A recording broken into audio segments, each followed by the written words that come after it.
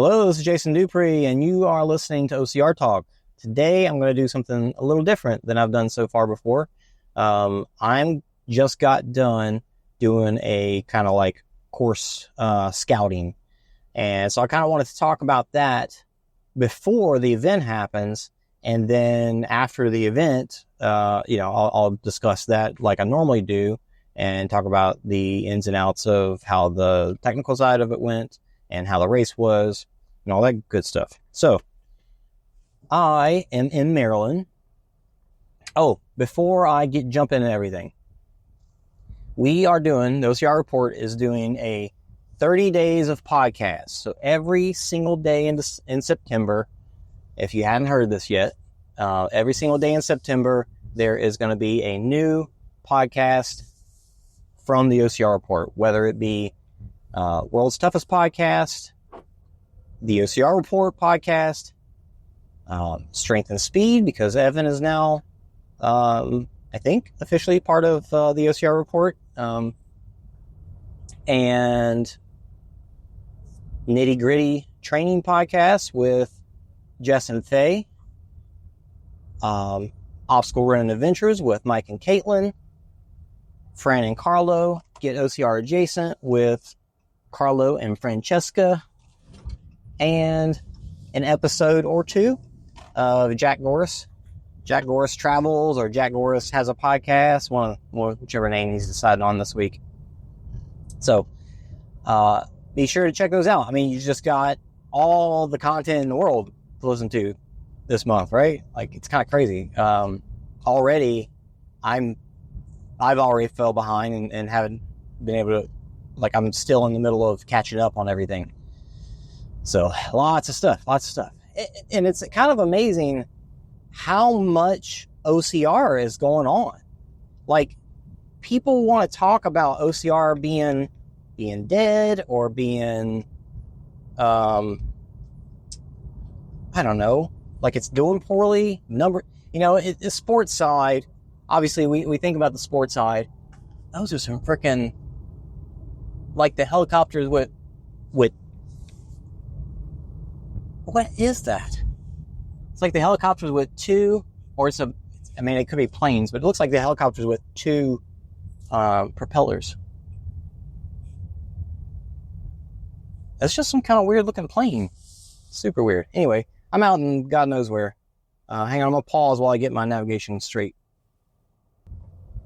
Okay, navigation is straight.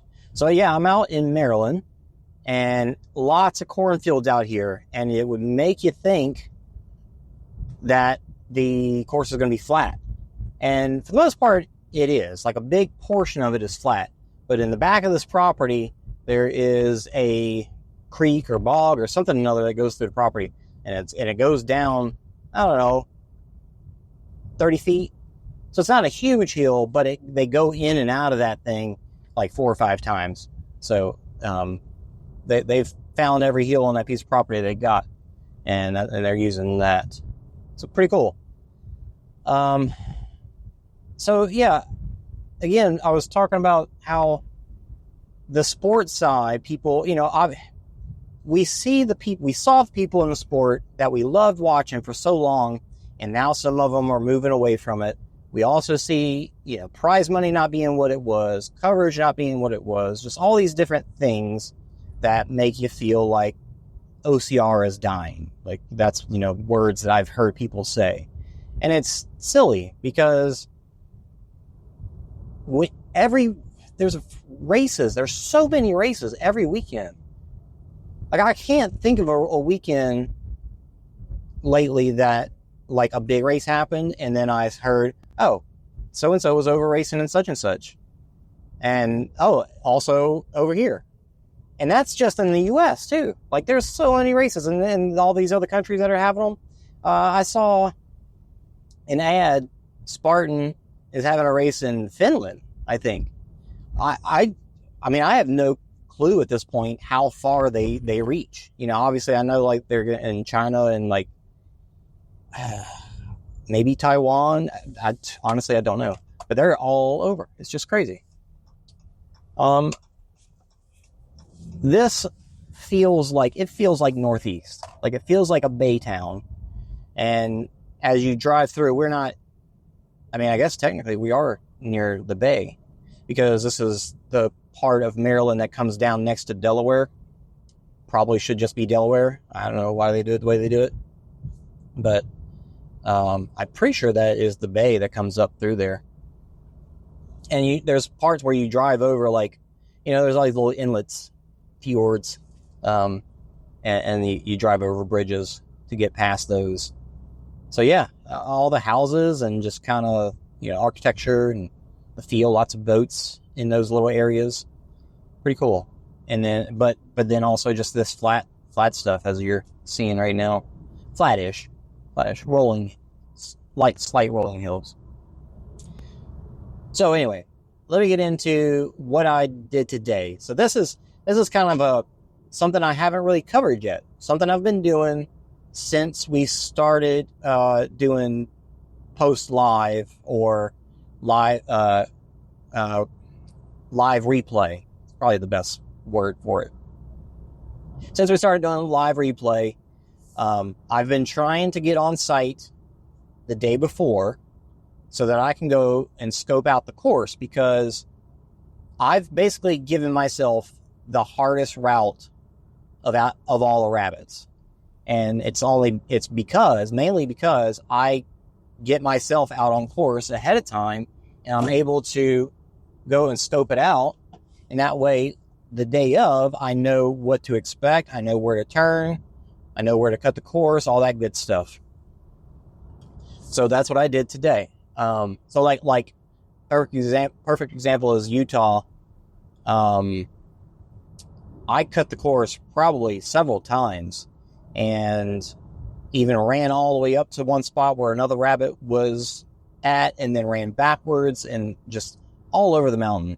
Freaking Kelowna, I think my preview route actually didn't end up doing the full scouting route because it was getting dark and raining, starting to rain. It was kind of cold. So I basically covered the beginning of the beast and the sprint course. Whereas the next day I was going to be covering the super course. And because of that, and just because of all of the back and forth with the athletes, I ended up covering 11 miles in like 2,000, maybe 2,500 feet of elevation. I forget how much it was, but it was pretty intense, pretty awesome. Utah, I didn't even cover that much. Utah, I think I covered maybe 9 miles. So that's kind of the point, is I want to give myself the harder route. I wish I had the speed to keep up with these athletes. I really do. And, you know, in my little bit of training that I can do, that's really what I should work on. So I should work on trying to be faster. Because I can run distance, you know, like World's Toughest is no problem for me to run filming for that 24 hours. Maybe I'll get 50 miles this year. We'll see. But, so I give myself the harder route because, one, these people that are volunteering for us, I don't want to destroy them. Usually they're there for the weekend to race as well, whether they're going to race later in the day or the next day. So I don't want to put them through hell and, you know, all hell before they got to race. And just the complicatedness. When you get out there, and especially if you don't have a map, it can get very confusing, very tough to know where do I turn, where's the course, where am I at now, where are the athletes.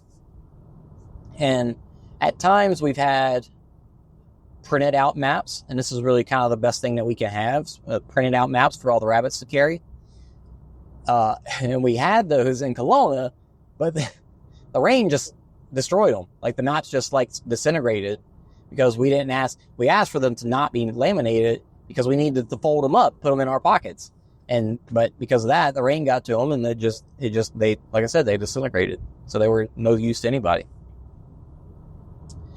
And the app that we're using, the timestamp camera app, if you get out of the app, it doesn't have like that background mode where it can record while you go to a different app.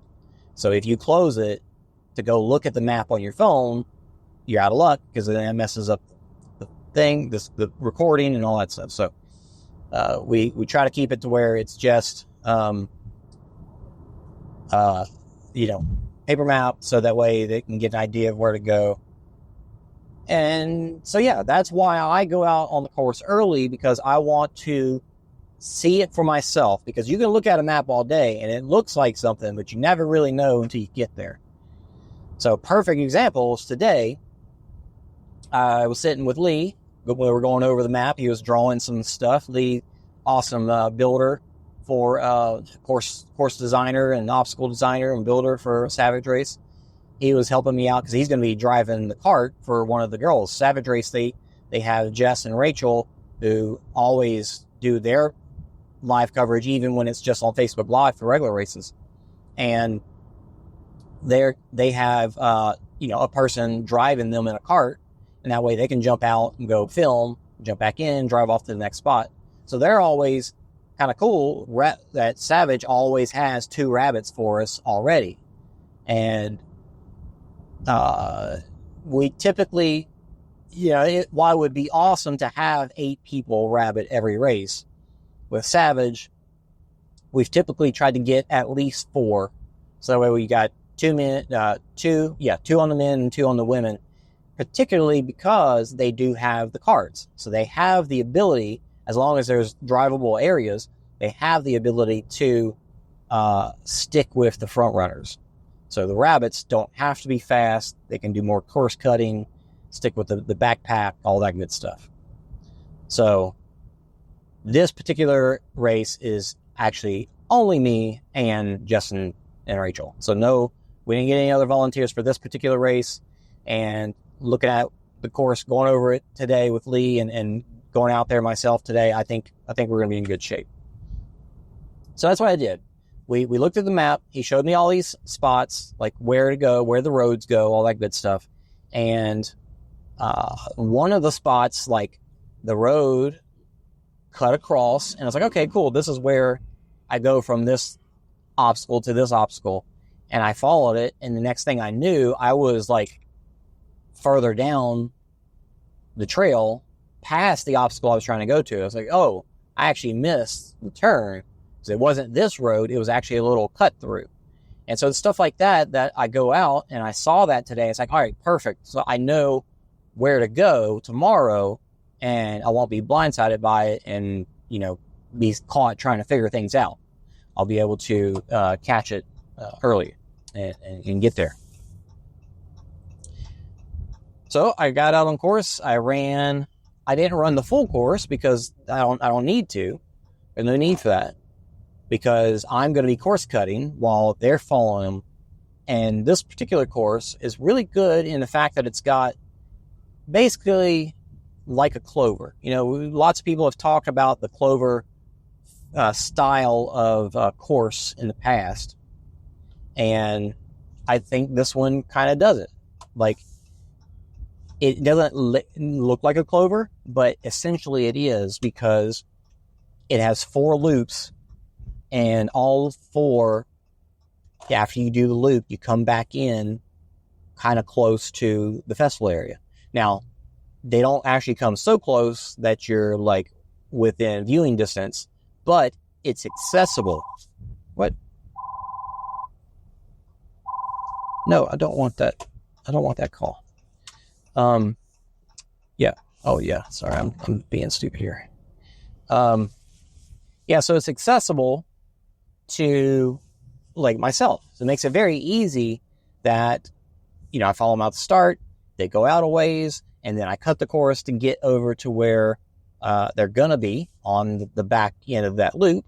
And then they go out on another loop, and I cut across and go to that one. And so it kind of happens like that each time. So I think it'll work out really well. They may not have designed the course like that. It's hard to say for sure on purpose. But, yeah, that is really helpful for me, is what I'm trying to get at. And while it would be great if all courses could be this cookie cutter shape that would work for media, it is not. When you're out in venues like this, there's no way. There's no way. I mean, we're going around cornfields, through the woods, down into bogs, and all this kind of crazy stuff. Obviously, like on mountains, you've only got trails and roads and other possible spots that you can cut through, but you just don't have the other options. You don't have the options to make it like perfect and clean. So maybe the Olympics could find a way to do that. We got the Olympics, the pentathlon. It's going to have the obstacle course race in it, and more than likely it'll be a short course, like either 100 meter. I mean, we don't know what it's going to look like. 100 meter, 400 meter would be awesome. Something like that. But if they could, if OCR took off and actually became its own thing in the Olympics, having those different distances would be cool. Just look at how do they do cross country? How do they do road running? They have different variations on all that stuff in the Olympics. So there's no reason why they couldn't for obstacle course racing too. Like, it doesn't have to be the same terrain every time because it's going to be in the same different place. So how does cross country skiing do, or cross country running? How do they do it? You just try to keep the course like fairly standard. You can easily do the same obstacles every time. And if you keep if they actually do the course down to the right distance, then maybe it could be pretty standardized. The only thing different about it would be the terrain. And if they want, they could, if their cross country courses are just flat grass or whatever, then they look into that. I don't know how the Olympics does cross country. I'm gonna look into that. Anyway, so I'll finish up here just to say that I went out on the course. I saw all these spots. I get to see the spots where, I can chase them down this trail and then cut back and go to this other obstacle where they're going to be showing up at.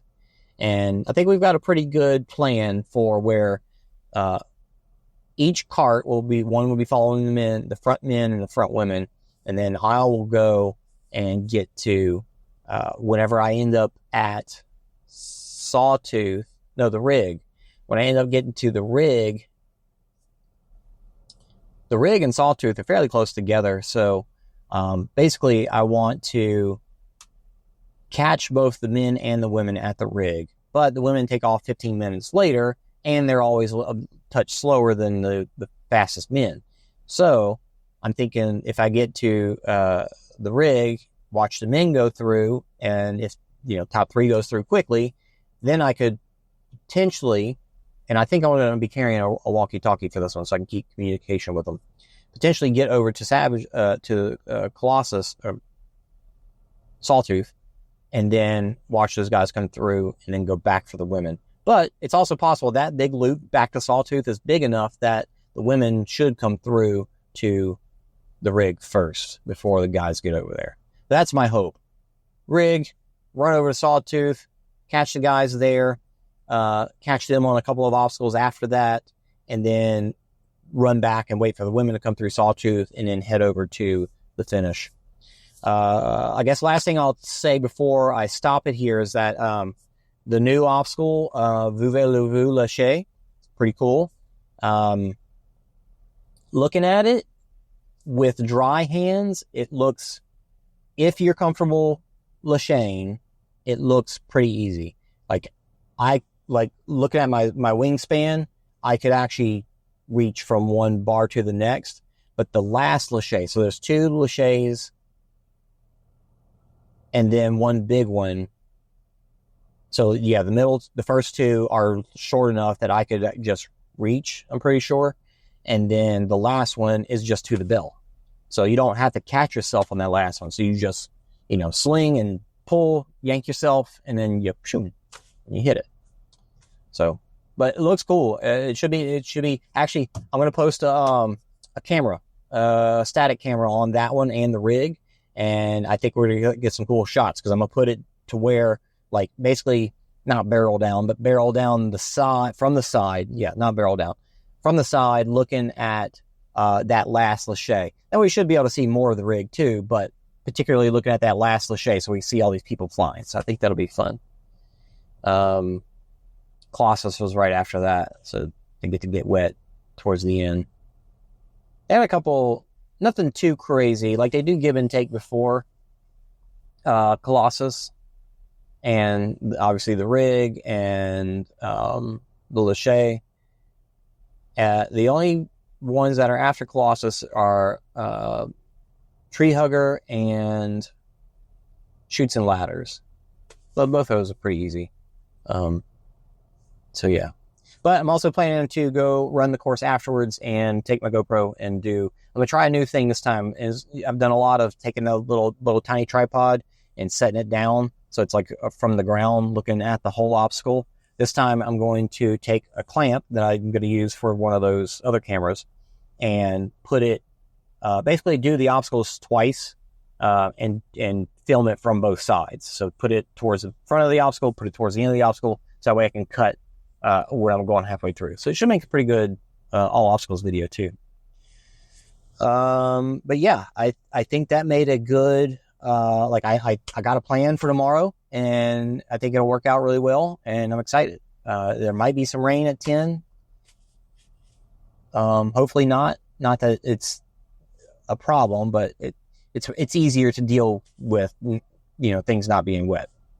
But anyways, all right, I will get back with you guys after the race tomorrow evening on my drive back to the airport. I've got a whole hour and a half back to the airport tomorrow, and we'll talk more about how the race went. Yeah, that's it for now. Hello again, this is Jason, back. Just left the Savage venue and heading all the way back to the Philadelphia airport. Check out this red maroon color shirt that the Savage race gives now. It's fairly typical for a Savage finisher shirt, but very different color than what they're used to. You typically get from them, which is nice. It's a nice change up. It's not blue and it's not gray, so pretty cool. This race was a great race. It was a great venue. They have a new sponsor. They have is 5 Hour Energy, which is kind of neat. That's a unique one that we don't see a lot of. Got Gatorade waters at the finish line. It's good. It's water, which I know I need a lot of. All right, let's talk about the race, and then I ran the course afterwards. So we'll talk about that too. The race, Sean Roberts showed up, so he was a big favorite, obviously. And on the women's side, Rachel Waters showed up. She was not originally in the roster, so obviously she was a podium favorite as well. So out the gate, Sean Roberts was in the lead. He had a pretty decent lead from the start.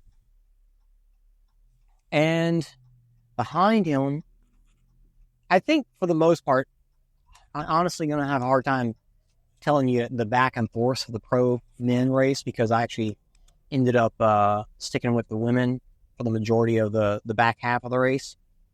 But I know, like I said, Sean was out in front, and through the rig, everybody was like quick and easy. So those first few guys, nobody had any issues through the rig.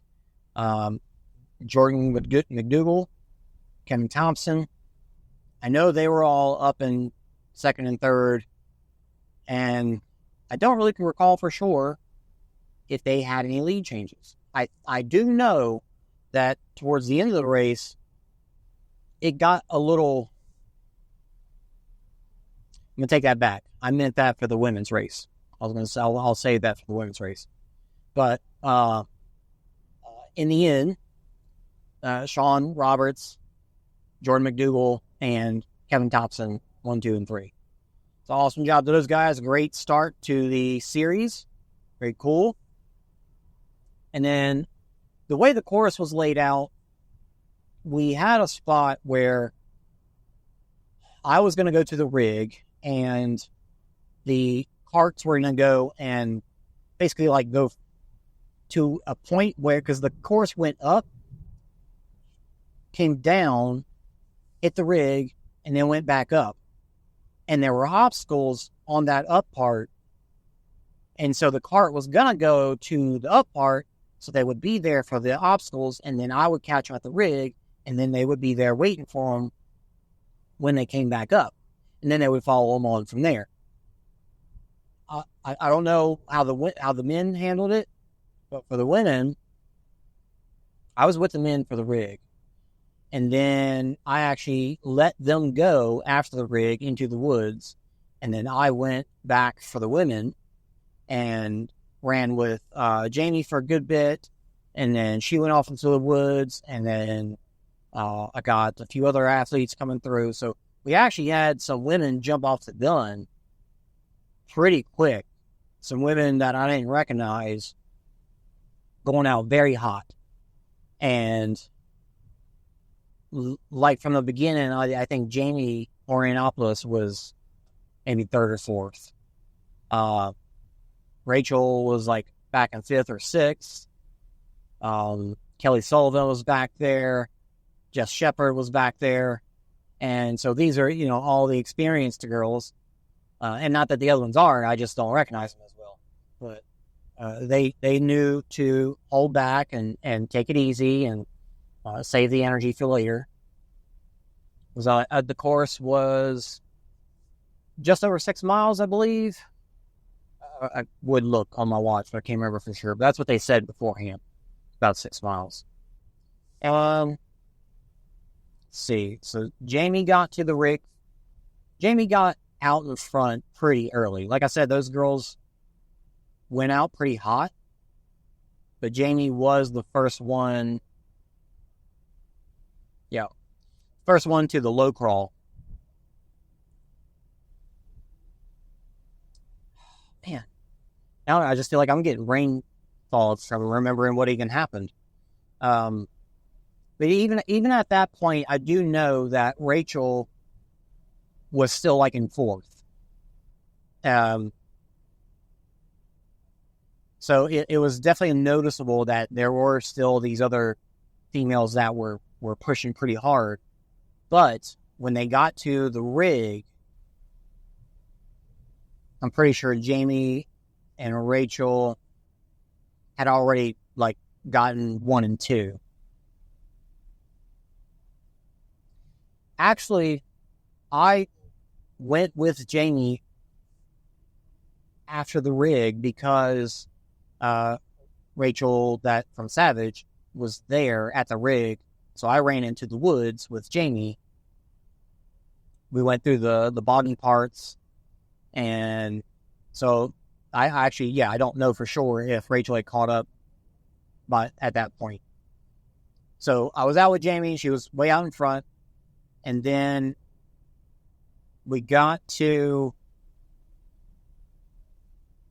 oh man, blanking on what happened. I know towards so this is like the back half of the course. I know after I left Jamie, I cut back through the course to try and see if I could get to the men at Sawtooth. But by the time I got there, the front men had already made it to Sawtooth. So they were moving. And I know Savage has a pretty big, particularly men's field on the pro field. So I definitely understand why they don't send out the men and women together a little bit. I do kind of still wish they would, because I feel like the women would be able to mix it up with the guys, and you wouldn't see them.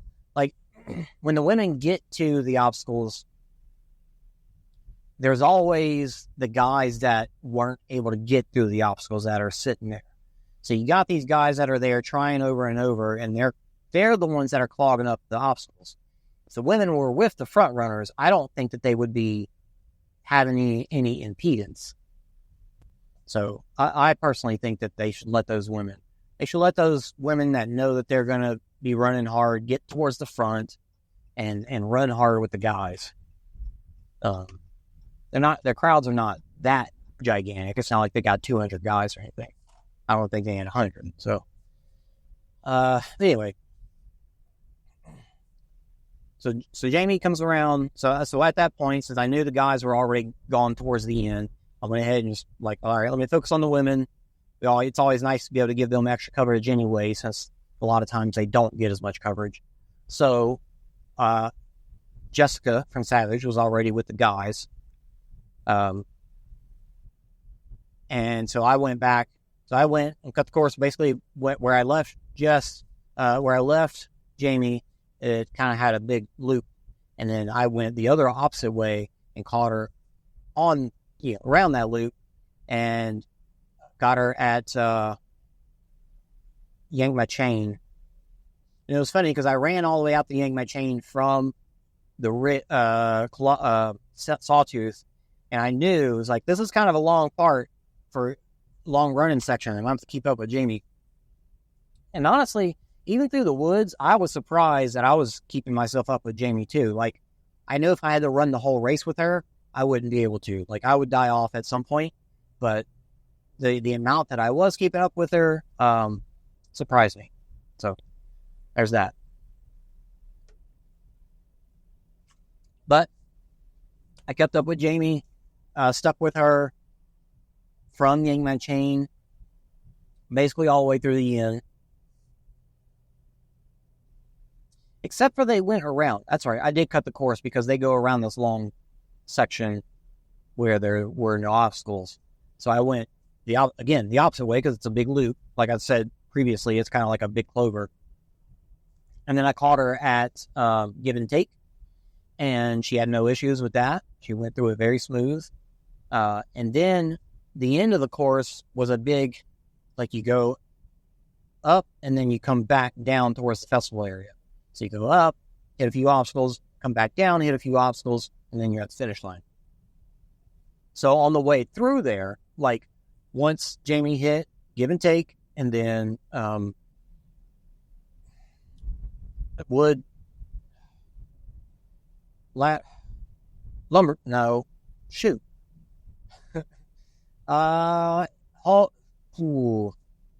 a 2.0. It's a log one. Tree Hugger. Goodness. Kept trying to say wood something. Look at all the boats. As I mentioned previously. Lots of Trump signs out here too. Yeah, so Tree Hugger. So Give and Take, Tree Hugger, and then Voulez-vous Lâcher. Not Voulez-vous Lâcher, like I was saying yesterday. Voulez Lâcher. Yeah, Voulez-vous Lâcher. That's right. Because it's Voulez with a Z at the end, and then Lou with an S at the end. Voulez-vous Lâcher. And that one, she got through super easy. I like that obstacle because I think for the pros, it's pretty easy. It's not crazy, big, gigantic laches, but it's a good obstacle. I think it's a good middle ground. Pros are going to get through it easy. And honestly, this particular race, sometimes they have rigs that are very difficult. Today, I don't think anybody had any issues getting through the rigs. At least not the top people. I did run the course myself, so we'll see. You'll get to see the obstacles on a all obstacles video. But so at this point, when Jamie was going through Voulez, and then course comes back around, and she goes up Colossus. At that point, Rachel was there going to Voulez. So she had probably closed up a gap, but Jamie probably also knew that she had such a big gap that she could let off the gas. I mean, the fact that I was keeping up with her probably is a good indication of that. But yeah, Rachel was getting close. And then Jess Shepard, I don't know, maybe 10 seconds behind her. Like, she was on her tail. So they had a pretty good fight going, pretty much. And the way they described it at the end, I did interviews. So on the live stream we do tomorrow, you'll get to see that. Didn't catch any of the guys. They were already gone. But I did interview the women right after. And they said that there was a good fight between like 2 through 5. It's pretty cool. But yeah, so Rachel was not too far behind, but Jamie got through the rest of those obstacles, no problem. And then Rachel rolled up maybe 30 seconds later, and then Jess another 10 seconds after her. It was good race. Everybody pushed hard. I don't think nobody got stuck in the bog. Like the pros, you know, they do a good enough job to, like, you know, they're not going straight down the middle of the bog. But so yeah, good race. The coverage, we had just me, and I mentioned this already, but just me and the two, Rachel and Jessica from Savage, and they were in the carts, and they each had a driver, and you know, they were getting carted around so they could jump out, go get close to the obstacles and that kind of stuff. So I cut. Oh, here's just kind of a tidbit. Everything went pretty smooth. I noticed that when pulling Rachel's video from her phone, she had actually missed the women's start because, and when I asked her about it, she said that she had it running because I had started it for her, and it was running, and she set it down to go use the restroom. When she came back, it wasn't recording. So it's possible that she just bumped it and didn't realize it until after the women had started. So like 5 seconds in is when she started recording. So not too bad. So we did get like a shot of them on the start line, but I will have to, I got 2 ways of handling this for the show. So I'm going to take our 3 videos, sync them up, according to the timestamps, and then play them all at the same time. But with Rachel's, I've got basically 3, maybe 4 videos, because I think it did cut hers into 2 segments, even though I told it not to, which I feel like happened to her before. I don't know. Anyway, so I'm gonna have to splice hers to merge hers together. So I got 2 options. One, I can try to figure out, like, if this video stops at this timestamp and the next one stops at this, or starts at this timestamp, let me put that gap in between. I know an easy way to do that. It just hit me. I can take, like, my video or Jess's video, put it on, like, in a video editing software, put them on top of each other, and that way I can line up the timestamps, and then I can just take, hours out and let hers render out, and that way it'll be all one continuous video. Now that will take some time. That will take more time than just splicing them together and then playing them. So the other option is to put it into there's 2 more options, actually. So one is to put it in the video and then basically pause and play it as the race happens. Now, this race, we've got 5 cameras because I did actually have 2 cameras on 2 obstacles. I had 2 static cameras, one on the rig and one on Voulichet. So those are out there to manage as well. But those few cameras, it might not be too bad to manage hers. Hers is the only one that will have to pause and play. So I'm not 100% sure. I do have to find where do I start the ones for the, basically where's the timestamp? I don't have a timestamp for the ones on the rigs. I started them and I held my watch in front of them to get what time at least I can sync those 2 up. but it's going to be tough to sync them up with the other ones. So I'm not 100% sure what I'm going to do with that yet. Yeah, I'm going to think about that one some more.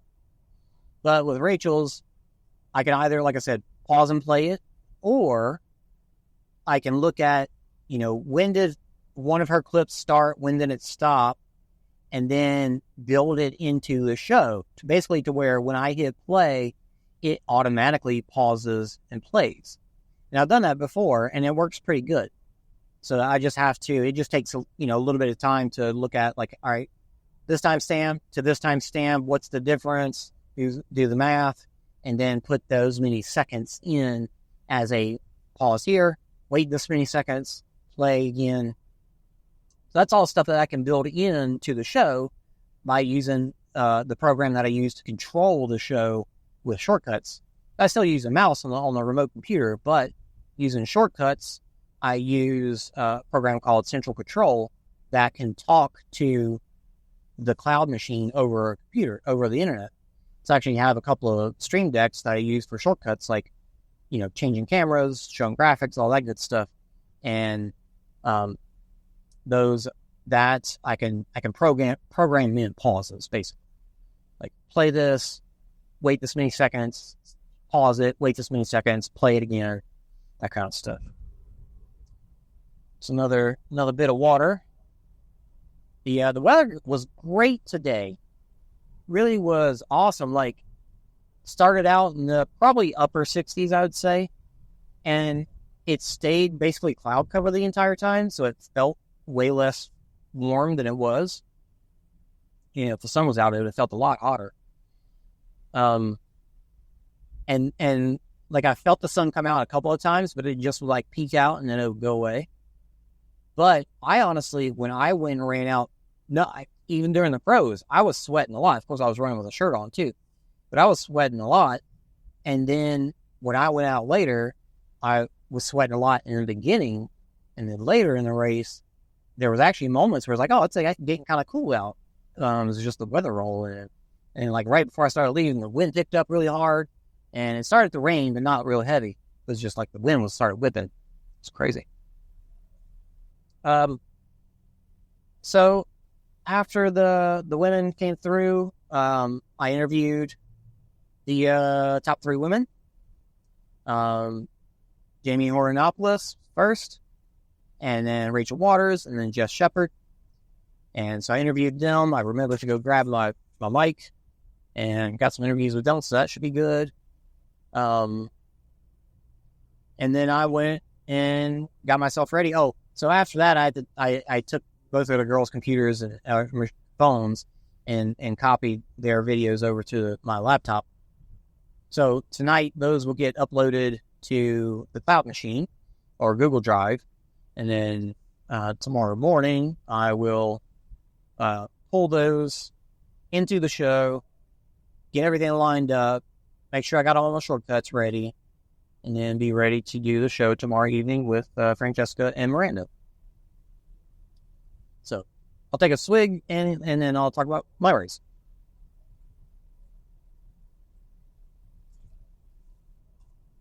So I ran out with the GoPro, and as I mentioned yesterday, I decided to take a clamp that I use for the static cameras on the rigs.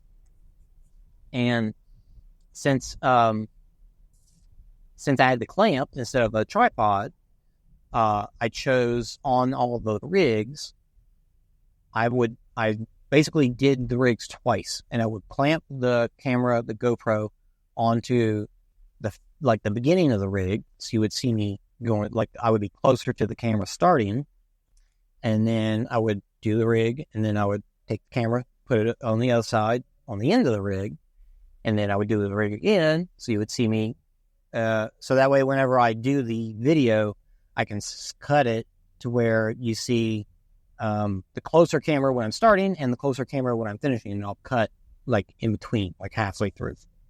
I think it'll be pretty cool. So there's a lot of different angles than what I've had so far. Like I've only done one Savage all obstacles video so far. I was gonna do another one in Florida last year, and I was using an older GoPro at the time, and it was getting real weird, and I lost some of that video. So I didn't even have all the obstacles. Go figure. So the course, like I said, the course was great.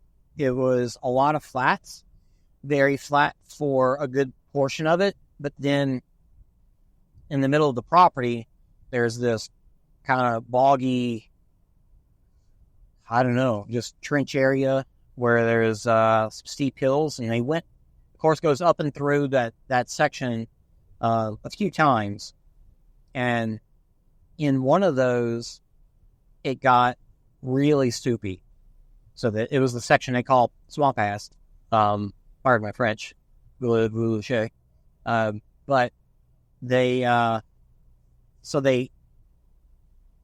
when the pros went through, it wasn't that bad.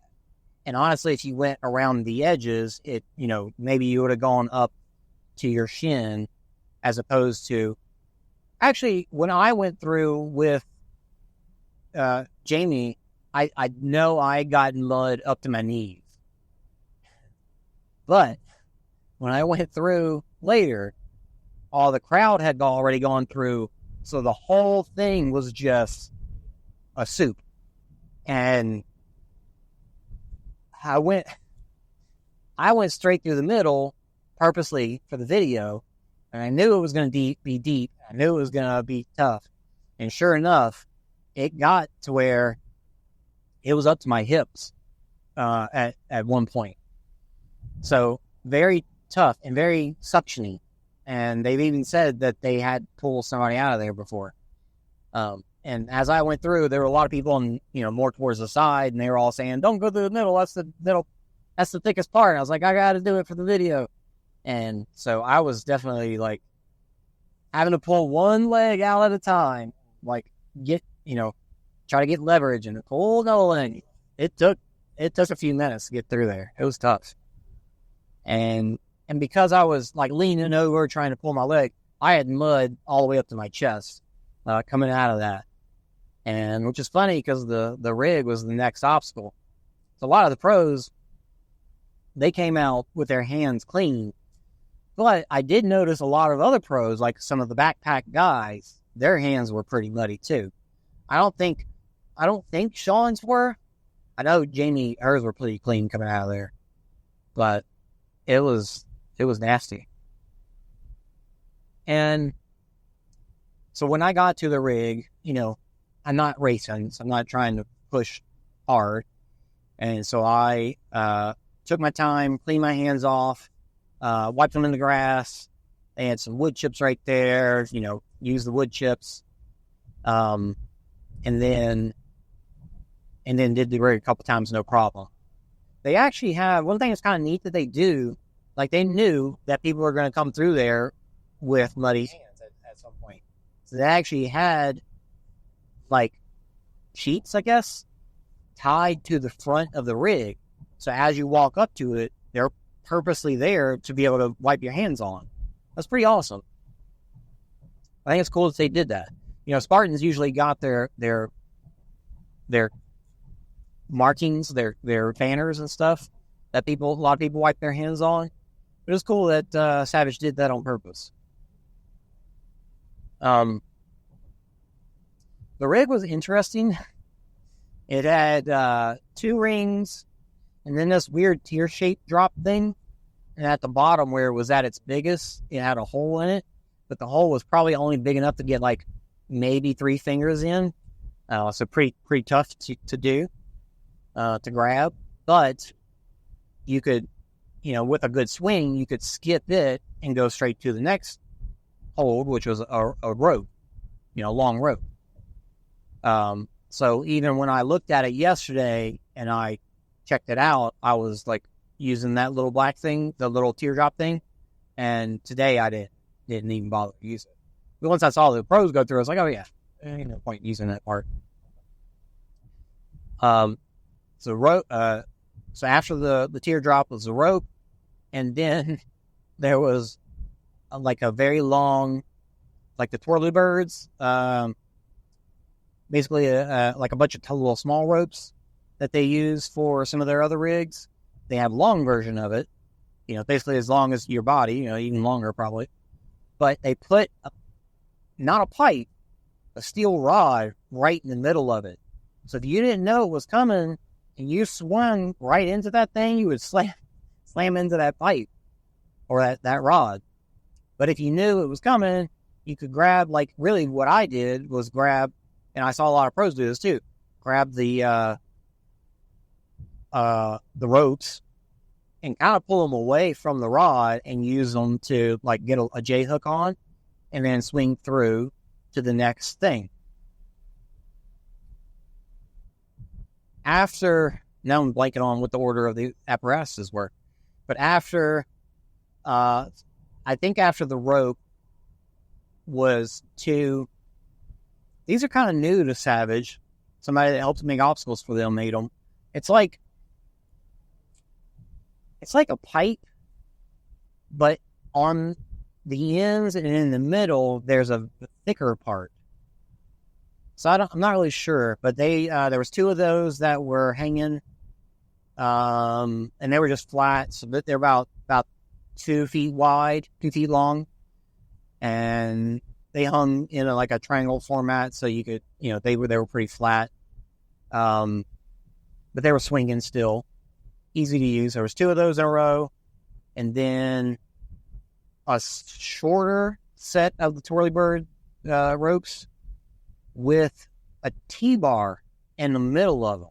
So kind of the same way that the long ropes had a big rod, the small ropes had a T-bar in there. I saw some people use that, but I was able to skip it, get to the next ring, and then after the next ring, there was a weird, it's like a block, like imagine a 1x4 by 5, like a rectangle like this long, probably. And it's, about an inch thick, and it's metal, I guess, but it's hanging by one corner almost. So it's got this like kind of tilt to it, but you can still grab it. It works pretty good. Again, I didn't have to because it was the last hold, but after that is the bell. So with the big good swing from the ring, you can just swing and hit the bell. As I went through it the first time, I came off the long twirly birds, grabbed the ring, and then swung all the way through, no problem. On my second go through, my J hook on the twirly birds, the long twirly birds, got stuck. So like the ropes wrapped around my foot, and when I went to pull free, it didn't come free. So I had to like get my foot out of there and then pull back and get a nice, get a couple, like a good swing to get through to hit the bell. It's kind of funny. After running through some more woods, it was funny. There was a part where there was a creek, a little small creek going through. It was kind of a little sandy bottom, and there was parts of it that looked like it was maybe, a few inches, like more than a few inches deep.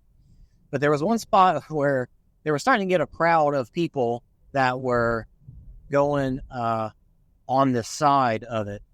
And they were all walking this little tiny trail next to it. And so when I got there, I just jumped into the water, just blasted right up through the middle. And everybody was like, oh, look at that guy go. It's kind of fit. But at some point, there was some ladies on that course. They're like, oh, we're going to be in his GoPro video. And so I turned around and yelled at him. I was like, check out the OCR report. It's going to be on there on YouTube. So maybe we'll get some new viewers from that. And after that, got a few more obstacles, run through the woods some more.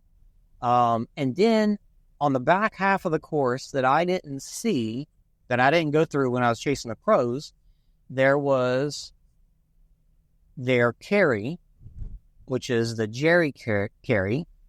And it's a Go Ruck sponsored thing, because all of the carry object is a bag, and it looks like it's probably filled with sand or something, but it almost looks like a purse. Like there's a handle on it, and then the bag itself is probably about as big as a grocery bag. It's formed more than a grocery bag is.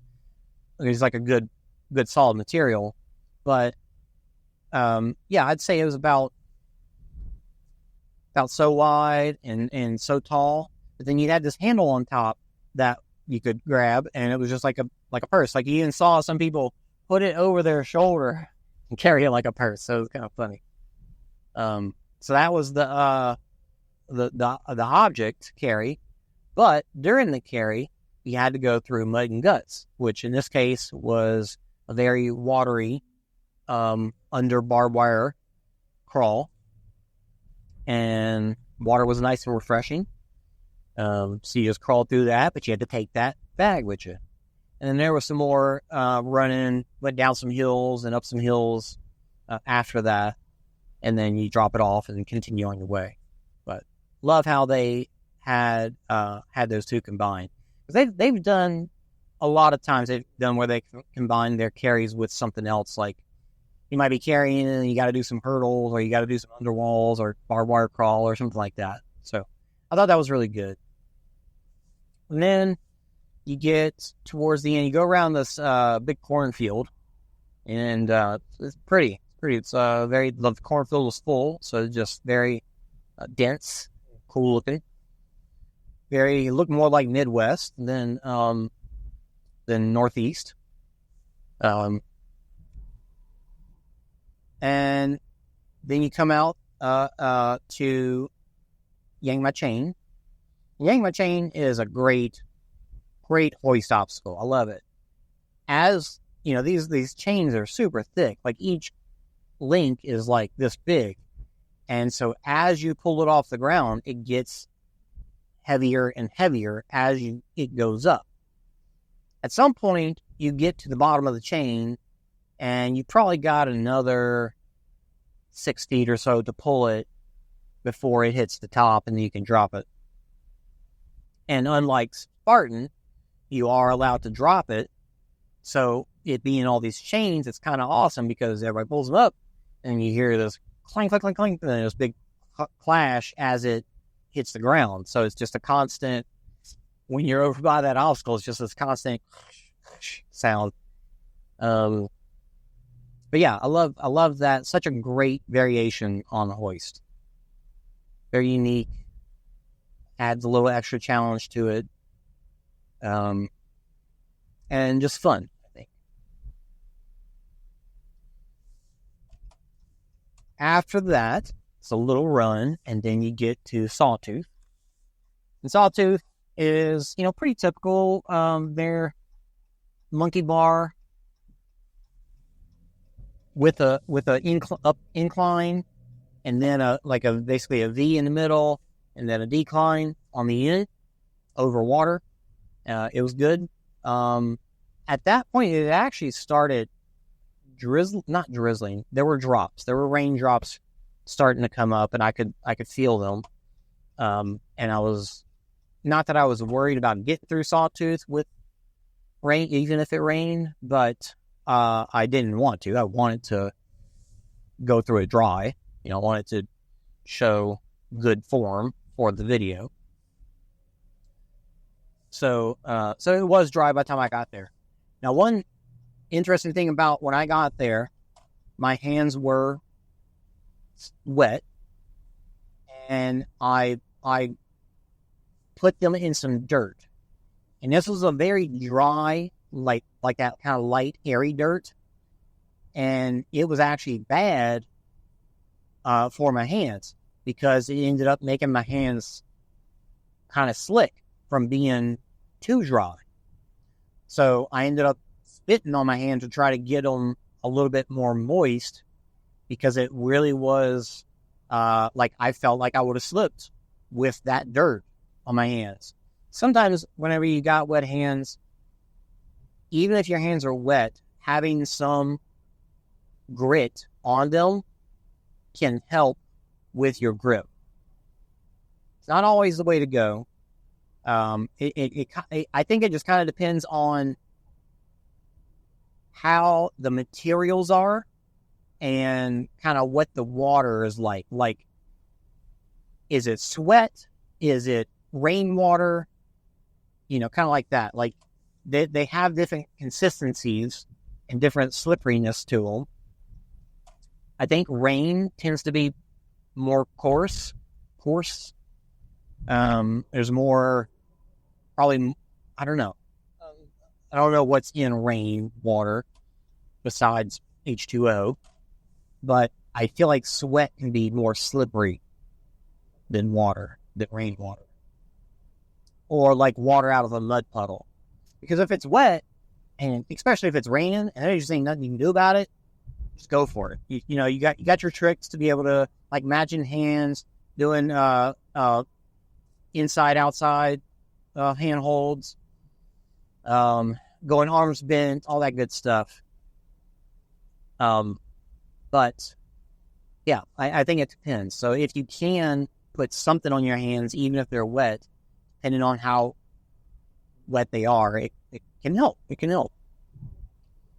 I think I recall that at World's Toughest 2016, I remember doing Kong, and it was just one of those courses where, especially, I didn't have leg mitts at the time, and even though it was not crazy cold, I was still wearing neoprene gloves, and so every time I got to that obstacle, I would take my gloves off, and of course my hands would be wet.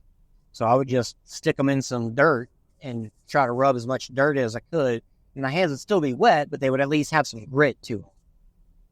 And like, it would dry, it dries up some of the moisture. So yeah. So I did it twice, and put the camera on both sides. It's funny when you do that, and people that are standing there watching you do it both twice are like, "You did that twice? Whoa!" And they get their minds blown. So then, Colossus. Where am I at? Sawtooth. Sling ring. Sling ring is such a cool obstacle too.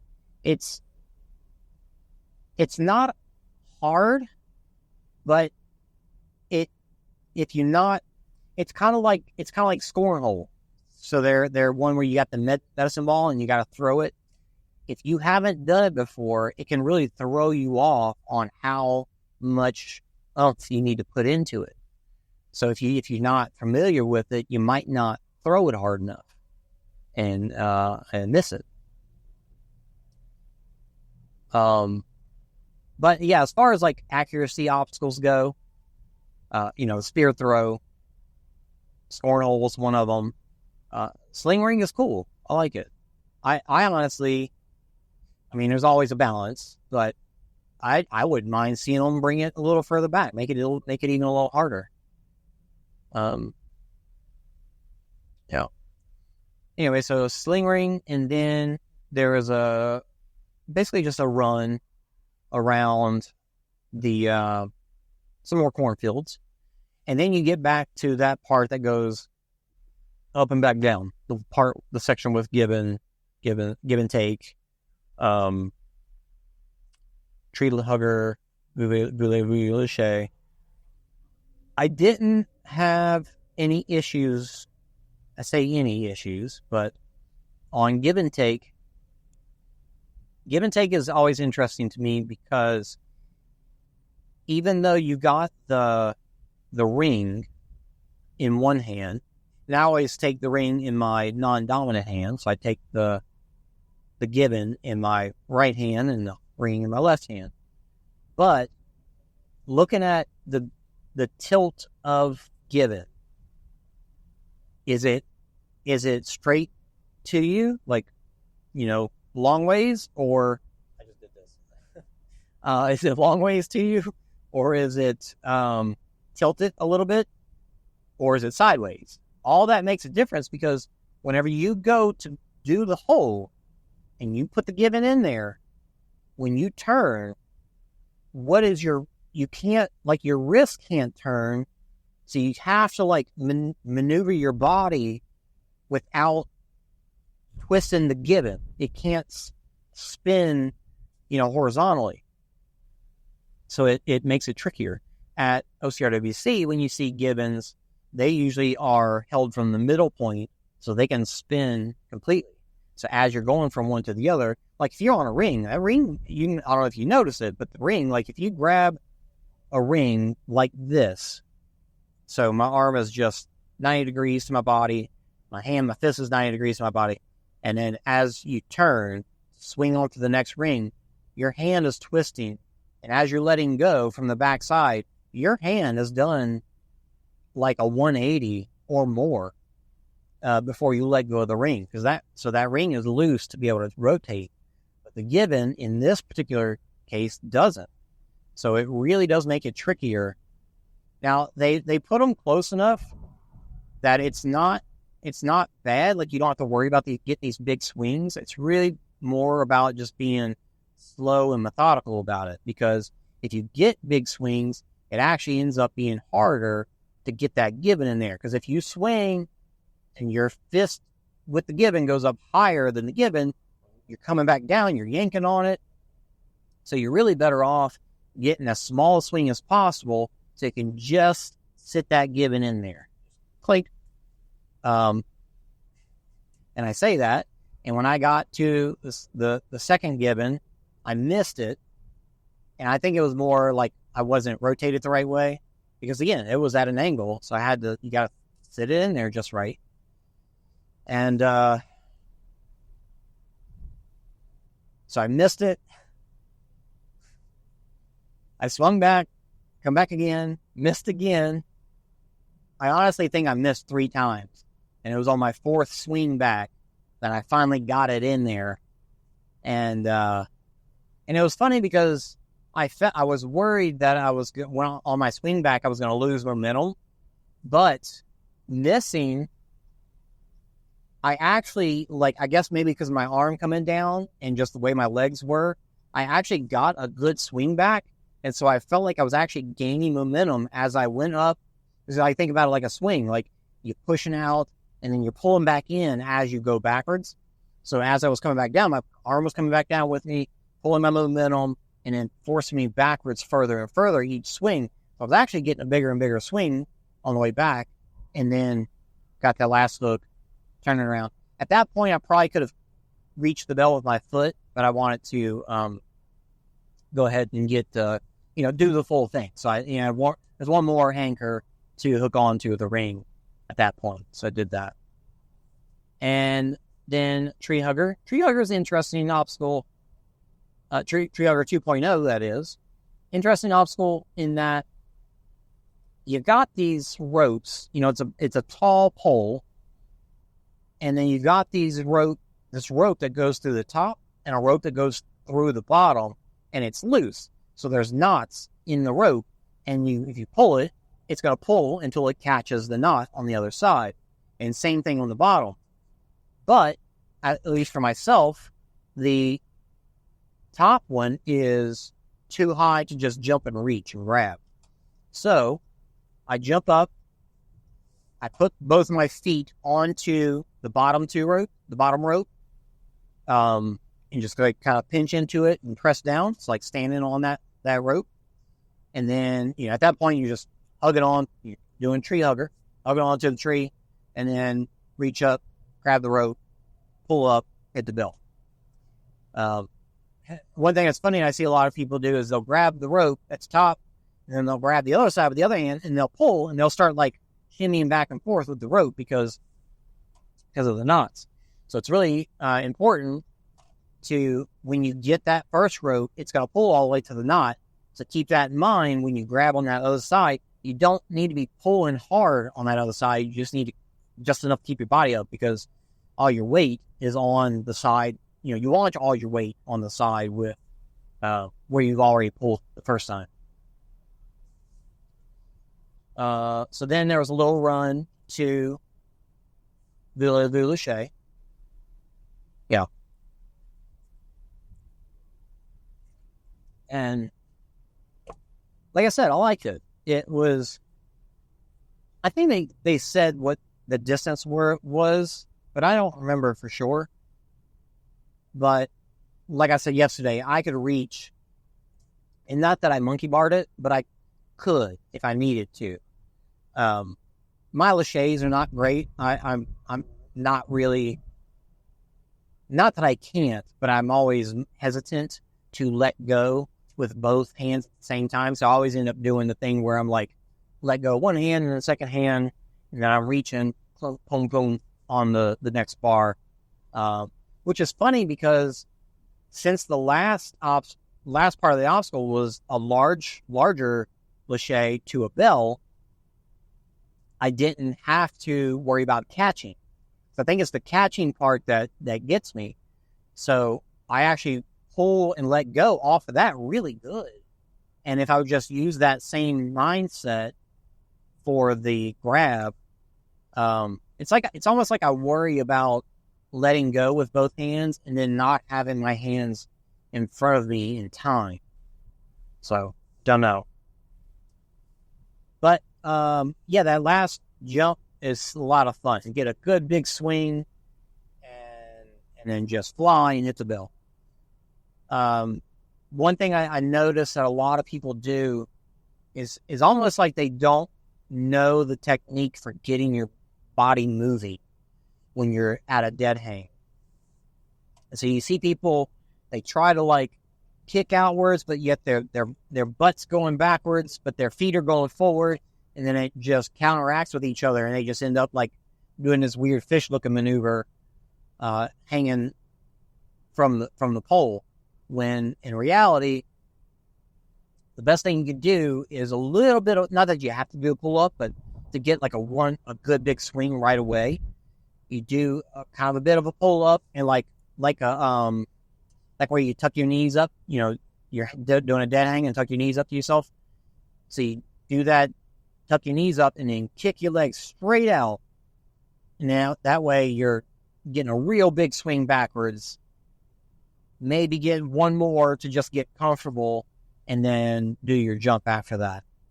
But when you do that swing outwards, don't be afraid to get your legs high. Like, don't be afraid to get, unless the bar is wet. I've seen, you know, you can slip very easily on a lache when the bar is wet because you're hanging on, you know, same side. But otherwise, don't be afraid to get horizontal. Like, let your legs swing all the way up. And then, because typically, like, if your legs are all the way up at what you're trying to grab, when you jump, your body's going to lunge forward. Your legs are not going to be up that high. When you do that final jump, you're going to lurch over, and then your hands are going to be up there where your feet were, as opposed to your legs being up there and your head being behind you. When you do the jump, that's not going to happen. So it's just something to keep in mind. And on that backswing, get horizontal. Get your legs all the way up in the air. Watch some, what do you call them? Parkour people. Watch some parkour people do some laches. Watch lache videos online. You'll see what I'm talking about. Which way? That didn't really tell me. I think I did this right.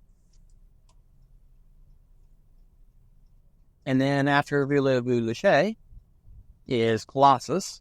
Colossus is always a good time. Very tall quarter pipe, but they always have ropes on. And then very tall, even taller water slide down into the water pit. So I actually went up. They have a ladder that goes up the back of the platform that you run up to. And so I went up the ladder, put my camera up there so it could catch me coming up the ramp. And then I just took it with me and held it like, you know, arm's length out, watching me go down the slide. That was fun. And then I think after that was just not barn doors. Barn doors is just walls. It's a wall with a rope on both sides. So you have to swing through the wall, climb over the wall, and then swing off the wall to the bell. that swinging to that bell is tricky because if you get too high, you won't swing far enough because you won't have enough, not leverage. You won't have enough of what's the word for the fulcrum of a lever? You won't have enough. I don't know, whatever. So you got to get low. So it's actually best, I think, to get. I don't know. It's tricky. Best get low, and then kick the bell. Like if you're trying to hit the bell with your hand, I don't think I ever see anybody kick the bell with their hand on that one. So definitely kick the bell on that one. Definitely the way to go. And then after that was the finish, the cargo net, and then the finish. After the race was over, I went and got a pulled pork sandwich. It was really good. Got some Gatorade water, and then ate, chatted for a minute, and then headed on my way. And then here I am. We also had Xander down at Decafit, Florida, and they got started. It's kind of funny, knowing that you've told somebody, hey, get started around, like, I guess maybe I didn't tell them. I don't know. Maybe I didn't tell them what time to get started. But I set the stream to start at 7:15 because the elites are supposed to go off at 7:30. And I don't know if Decafit's ever exactly on time. So we hit 7:15, and I feel like it got past that. Yeah, I think it was like 7:34 or so before the live stream came up. And so, of course, that whole time it's like trying to think, okay, is something wrong? Or are they okay? Is it just delayed? Trying to think of the possibilities. So I didn't want to bombard Xander because I knew that he was there and handling it. I just texted him one time and said, hey, everything going okay? If you need me, just let me know. But all was good. Stream came on. He did a fantastic job. He's got such a great voice. And hearing him talk about some of the athletes that I didn't even know about, that I didn't know that he knew about. Like, he hasn't commentated for us for Spartan Mexico, but he mentioned there was a guy there, Miguel. He was racing, and he talked about how he raced in the Mexican series and did really well. So, like, hats off to you, Xander. You did an awesome job.